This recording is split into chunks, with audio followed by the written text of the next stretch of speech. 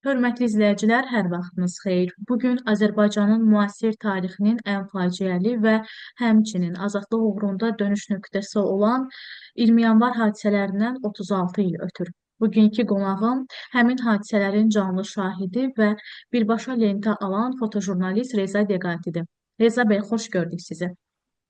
Sağ olasınız, teşekkür ederim. İlk olaraq mən həmin vaxtı 20 yanvar hadisələrində Azərbaycanda olduğunuz, hadisələri lentə alıb dünya ictimaiyyətinə çatdırdığınız üçün sizə təşəkkür edirəm. İcazənizlə ilk sualıma başlamaq istəyərəm. Mənim üçün maraqlıdır. 20 yanvar hadisələri haqqında ilk necə xəbər aldınız və Bakıya gəlmək qərarı sizdə necə formalaşdı? İlk haber böyle bir ki bak ayın 21'i olabilirdi. Ben Paris'teydim ve bir nefer orada Paris'te UNESCO'da o Sovyet UNESCO'suydu o zaman ve Azerbaycanlı e, işləyərdi Ramiz Əbu Talibov adında. Onunla mən tanışırım. O mənə telefon elədi ki, Reza, mən istəyirdim sizi acil görüşəm sizinlə. Dedim telefonla olaq. Dedi yox, telefonla yox, istəyirəm elə görüşək, söhbət eləyək. Biz planlaşdıq Parisdə bir yerdə görüşdük və o mənə dedi ki, belə bir faciə olubdu.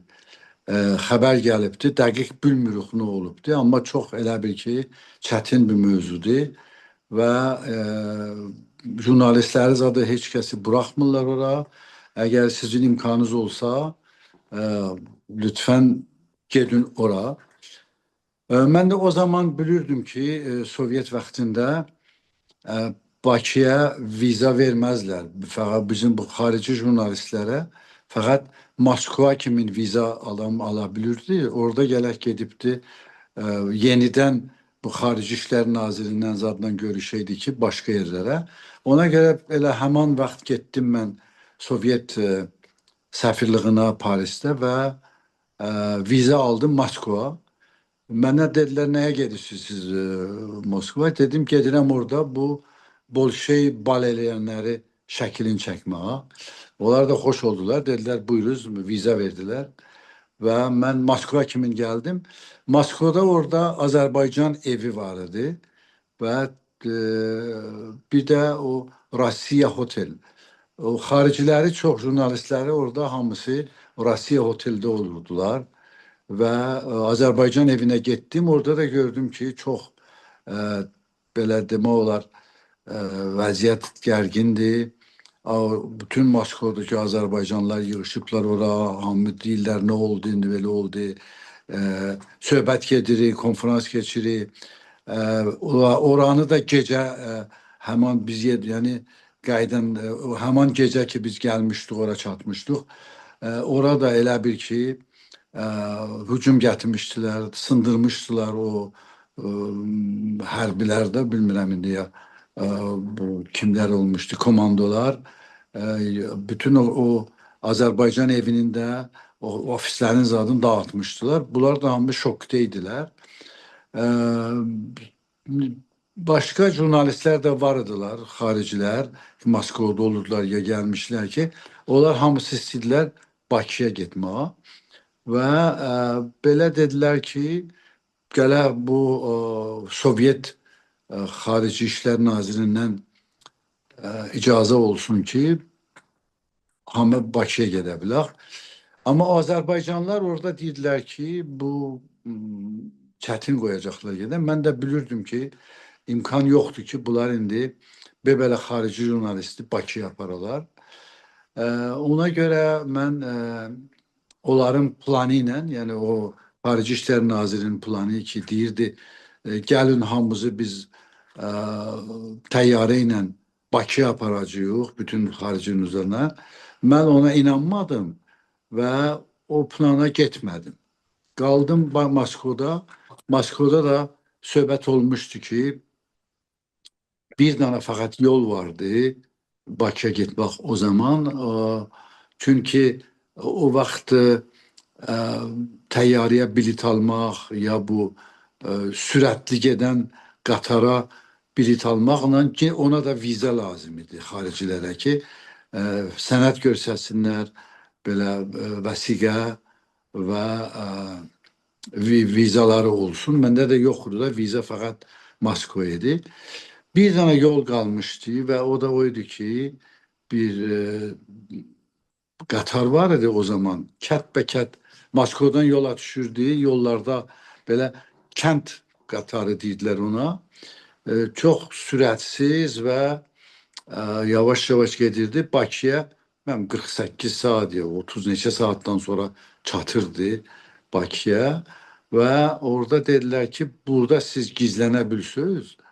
İmkan vardı ki, Bakıya çatdırasınız və neçə dənə o Azərbaycanlı gənclər ki, o Azərbaycan evində vardılar. Onlar dedilər ki, biz sizi kömək eləyərik, dəstək eləyərik ki, gələk sizlə orada gizlənin və Bakıya kimin çatdırırıq sizi. Və belə oldu ki, mən və bir dostum var idi, Əhməd, o da Türkiyədən idi, kamerası var idi.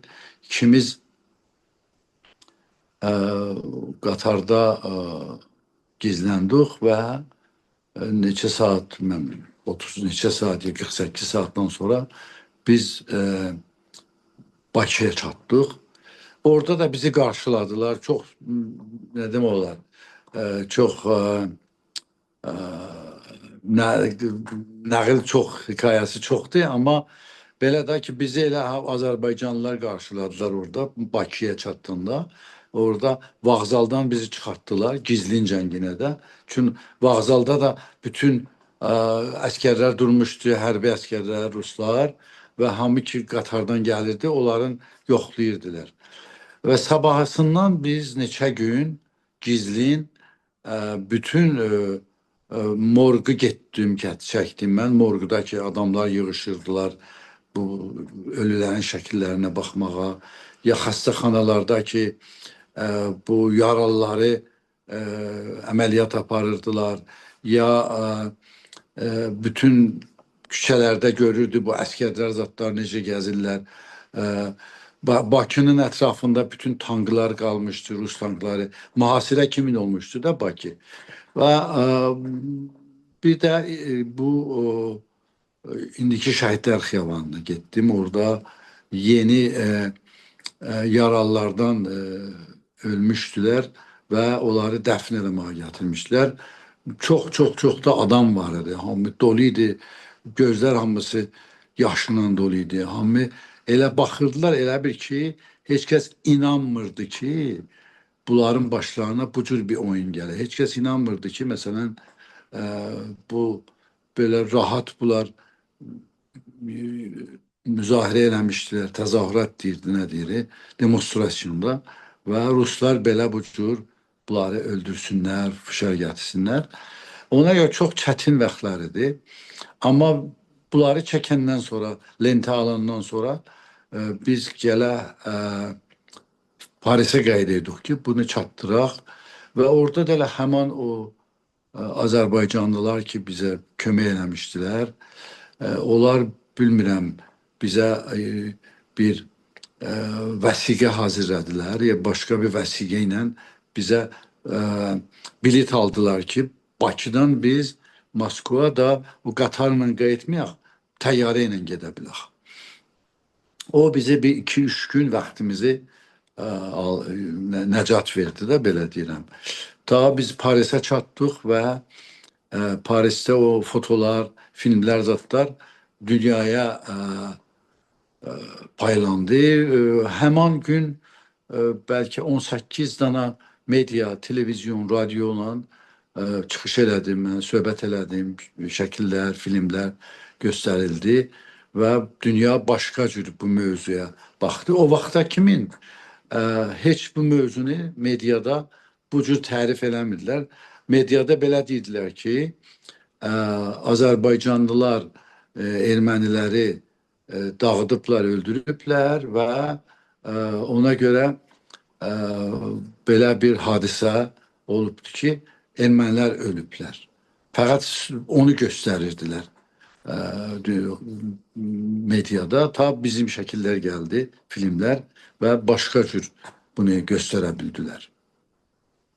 Həmin Təbiidir vaxt ki, və yox deyirəm, təbiidir ki, bu cür iş məsələn o cür vaxtlarda, o vaxtlarda gizlin gəlmək çox təhlükəli idi. Yəni mən əgər o vaxt ə, tutsaydılar məni da bilmirdim harda başıma nə oyun gələ bilərdi, onu heç kəs deyə bilməz.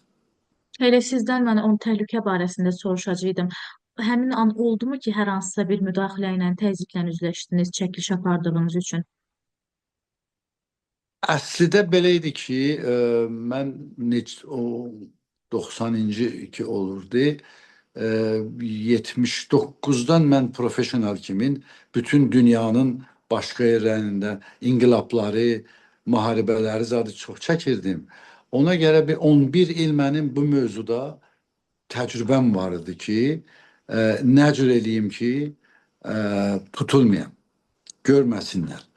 Yəni nə cür özümü gizlədim, nə cür aparatı gizlədim ki, görməsinlər. Çünki əgər bunlar olsaydı, təbii məni tutacaqdılar. Amma həman elə o Azərbaycanlılar da, məsələn, bütün neçə günü ki biz buradaydıq, bunların bir iki dənə Lada, Jiguli maşın deyirlər, nə deyirlər Lada.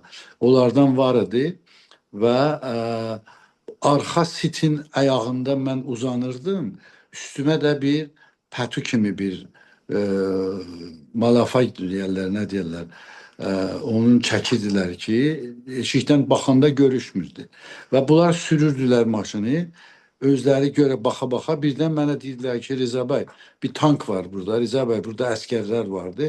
Mən elə aparatı çıxardırdım o ladanın axirindən. Şəkili çəkirdim, yenə də belə o axırıncı sitdə belə qalırdım. Ona görə əslində elə bu Azərbaycanlıların, bu gənclərin dəstəyi ilə və onlar da çox təhlükə, onlara da çox təhlükə ola bilərdi də bu işi görmək. Amma belə deyirdim ki, yəni görün bir qrup ya bir nəfər iş istəyə bir işi görə nə qədər dünyada əsər qoya bilər. Mənə maraqlıdır. Elə bir an oldumu ki, elə bir görüntü gördünüzmü? Onu çəkə bilərdiniz, amma etik kodekslərə görə çəkmədiniz. Yəni belə faciəli anlarda bir fotoqrafın etik kodeksi harda məhdudlaşır? O günləri Bakıda deyirsiniz ya bütün elə bir Bəli, bəli, yox, general idi. Bakıda həmin morglara girdiniz, xəstəxanalarda yaralı insanlar. Ola bilər ki, elə bir görüntünü görərsiniz, amma çəkmək istəməmisiniz. Bir seri vardı bu yaralılar idiler. Ee, Çok dedim olardı. Elə pis vəziyyətdəydilər və onların ailələri də ətrafında var idiler. Mən ürəyimdən gəlmədi ki, onu çəkə biləm. Həm bilmirdim ki, o ailələr ki, yığışmışdılar. Çünki bizə demişdilər ki, elə o xəstəxananın içərisində o çox adamlar bu hökumətin nə deyirlər, o gizlinci polisi də belə onlardan vardılar otaqların içində və onu o cür yerlərdə özünüzü göstərməyin belə. Orada çox yaralılar vardı, çox pis vəziyyətdə idilər, başda üzləri zadı. Onları mən çəkə bilmədim, elə ona görə ki, bilmirdim ki, o otaqda indi belə adam yığışıblar. Bunlar hamısı bunun ailəsidirlər ya bəlkə elə onlara qatışıq ola bilər ki, bu məmurlardan olsunlar. Amma o əməliyyat otağına gedə bildim. Əməliyyat otağına girdim və orada çəkə bildim məsələn xəstəxananın özünə. Orada da çətinliklə də belə. Bəs sizi bir insan olaraq ən sarsıdan an hansı oldu? Necə? Sizi bir insan olaraq sarsıdan, pis təsir edən görüntü hansı oldu sizin üçün? Ən çətin vaxt ki, heç vaxt yadımdan çıxmır. Elə o şəhidlər xiyabanında idi.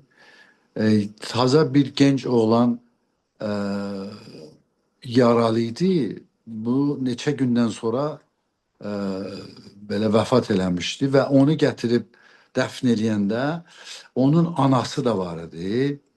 Ee, Anası da oturmuştu elə o məzarın başının üstündə. Bu oxşama deyirik biz də bu Azərbaycan dilində.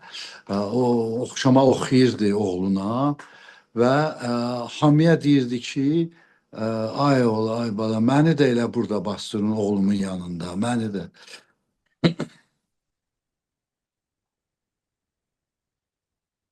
Bu an idi sizə ən çox təsir edən.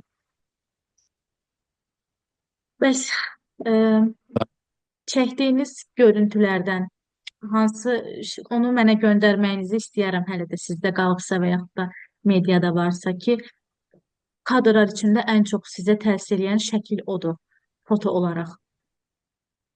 Elə bu qadının şəkili ki, Evet. oturubdu orada. O çox mənə əsər qoyan şəkil idi və morqda da çox çətin idi. Morqda belə şəkillər var idi, adamlar ki, ölmüşdülər, belə üzləri zadı dağılmışdı. O da çox çətin vəziyyət idi. Hətta morqu da getməyə ə, yoxlayırdılar ki, kim getsin ora. Mən də o hamıdan vəsiqə istəyirlər. Mən amma bir cür ruhla özümü ə, orada əskərlər vardılar, neçə dənə Rus əskərləri qapıda durmuşdular. Özümü çatdırdım oraya, belə aktor kimi ağlaya-ağlaya ki, dedim ki, mən belə nə deyirlər, ailəmdən bir nəfər itibdi, onu axtarıram. Çox ağlaya, özümü eləmişdim ağlamağa və aparatı da gizlətmişdim bu kotumun altında ki, görməsinlər. Da getdim aşağıya orada. Orada gördüm elə bu şəkilləri, bir dənə şəkil çəkdim, çıxdım getdim belə. Sizcə bəs fəaliyyətiniz həmin dövrdə dünyanın Azərbaycanda baş verən bu faciəni anlamasına necə təsir göstərdi? Yəni, öz fəaliyyətinizi necə qiymətləndirirsiniz bu istiqamətdə? Mən nə cür qiymətləndirim? Mən sizə dedim də, bir zaman ki, bütün dünya mətbuatı Azərbaycana deyirdi ki, Azərbaycan e, erməniləri öldürürlər. Birdən dünya gördü ki, xeyr, burada başqa bir mövzu vardı və Azərbaycanlılardır ki, ölüblər, Azərbaycanlılardır ki, bu cür olublar. Yəni bu cür xəbəri dünyaya çatdırmaq, bilmirəm də indi buna heç qiymət qoymaq olmaz ki, məsələn, bu nə qədər əsər qoydu, olmadı. Bu həqiqəti çatdırmaq özü böyük bir mövzudur. Həqiqəti düz çatdırmaq qədimdən də indiyə kimi elə bütün nağıllarda, bütün meteorolojiyalarda, hamısında, əfsanələrdə vardı ki, həqiqəti çatdırmaq ən yaxşı işdir dünyada. Bəs buna görə Azərbaycana qarşı olan ölkələr tərəfindən təzyiqə məruz qalmısınızmı? Çox, çox. Mən o vaxtdan bu mövzunu çatdırdım. Ondan sonra bu Qarabağ məsələsi ki başlandı. Bilirsiniz ki, Qarabağı da mən elə eyni o cür Xocəli məsələsini, Qarabağın müharibəsini, ondan sonra bu 1 milyon qaçqınların mən edim bir nəfər ki, illərlə dünyaya çatdırırdım və o mənə qarşı milyondan çox neçə milyon o tərəfdən ermənilər Fransada, Amerikada bir nəfər Azərbaycanlı fotoqraf orada milyonlarla diaspora zəngin adamlardılar onlar. Cibləri dolu, media əllərində. Mən də bir dənə tək adam özüm bu. Amma deyirəm də həqiqəti çox təzyiq ilə, həm maliyyə təzyiqi ilə, həm belə işlərimin qabağını almağa gedir, hələ də gedir indi. Amma insan mən demişəm də az yaşa, azad yaşa. Biz uşaqlıqdan həmişə belə demişdilər ki, az yaşa, azad yaşa və həqiqəti həmişə çatdır. Hətta əgər sənin ömrüvü ya maliyyəsidir, ya belə təzyiq hər nə mənə olsa, o olsun, əslində həqiqəti çatdırmaqdır dünyaya. Son olaraq artıq 36 il keçməsinə baxmayaraq bu gün həmin tarix yadınıza düşəndə, nəzər salanda necə xatırlayırsınız bu hadisələri? Necə təsvir edərsiniz? Mən çox özümü xoşbəxt hiss edirəm ki, ömrüm çatdı ki, görəm ki, dünyada zülm qalmayıbdı. Ki görəm ki, bir millət ki, bir demək olar, e, torpağı işğal olubdu, torpağını yeni öz əlinə çatdırır. Və bunu görmək ki, bir millət ki, belə bu faciə, bunu 30 il, 30 ildən çox faciə ilə yaşadı, çox çətin şəraitdə yaşadılar. Çox belə həm iki cür zülm olurdu da bu millətə. Biri zülmüdür ki, torpağın əlindən almışdılar və bunu qaçqın salmışdılar. O birisi zülmüdə ki, o da elə o cür çətindir ki, dünya bunu başqa yalancı baxıb, yalan baxırdı bu mövzuya. Yəni hekayəti yalan dünyaya deyirdilər ki, bunlar aqressivdilər, bunlar erməniləri öldürüblər, bunlar o ermənilərin torpağını alıblar və xoşbəxt ona görə deyirəm ki, bu mövzuda ki, həm dünyaya həqiqəti çatdırmağa mən əlim var idi və həm də gördüm bu, ömrüm oldu bu ki, gözümlə gördüm, yaşadım ki, bu insanlar necə bu evlərinə qayıdırlar, torpaqlarına qayıdırlar və öz həqlərini yenidən əllərinə alıblar. Bu tarixdə bəlkə 200 ildir ki, tarixdə bu cür bir zat olmamışdı və ona görə çox belə tarix mühüm, böyük bir məsələdir. Hətta mən deyirəm, bu tarixdə yazılacaqdı bu mövzu. İndi çox hamı istidir, dəqiq bilmirlər ki, nə qədər bu iş ki olubdu Azərbaycanda, çox əhəmiyyətli bir işdir. Doğrudan deyirəm, bunu hamı hələ çox istidir, hələ bilmirlər hamı ki, tarixə baxanda mən də bilirəm 50 il, 100 ildən bundan sonra nə cür tarixdə bu cür yazacaqlar Azərbaycanın haqqında bu günlərini.